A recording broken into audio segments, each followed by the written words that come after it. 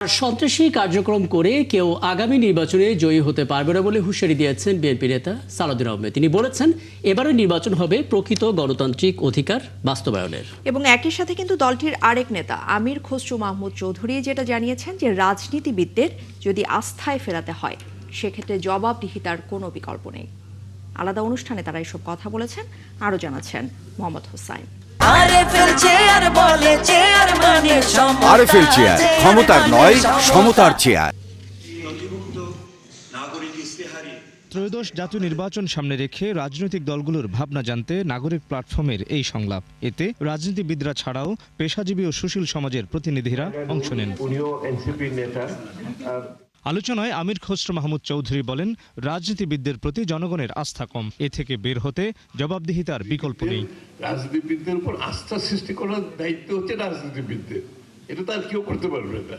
They have to be made accountable. এটা তাদেরকে যতক্ষণ তারা নিজেরা না বুঝে, আপনি তো বক্তৃতা দিয়ে সেটা বুঝাতে পারবেন না। তারা আগামীতে রাজনীতি করতে চাইবে, be a politician was a political party, এটাকে যারা ধারণ করতে পারবে না এই পরিবর্তনটাকে, I don't think they have a political future in Bangladesh.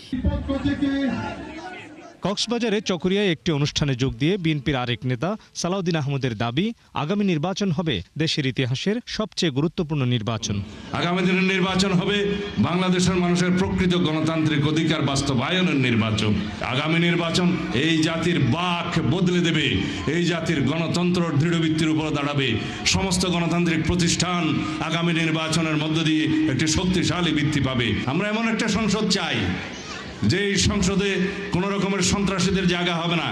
দলটির নীতি নির্ধারণী ফোরামের এই নেতার প্রত্যাশা, পরবর্তী সংসদে প্রশংসার স্তুতি বাক্য নয়, সংসদ সদস্যরা মানুষের অধিকারের কথা বলবেন। থাকবে নানা দলমতের অংশগ্রহণ। আমরা এমন একটি সংসদ বিনির্মাণ করতে চাই যে এই সংসদে কোনো নৃত্য গীত হবে না, সেই সংসদে মানুষের কথা বলা হবে। মোহাম্মদ হোসাইন, ৭১, ঢাকা।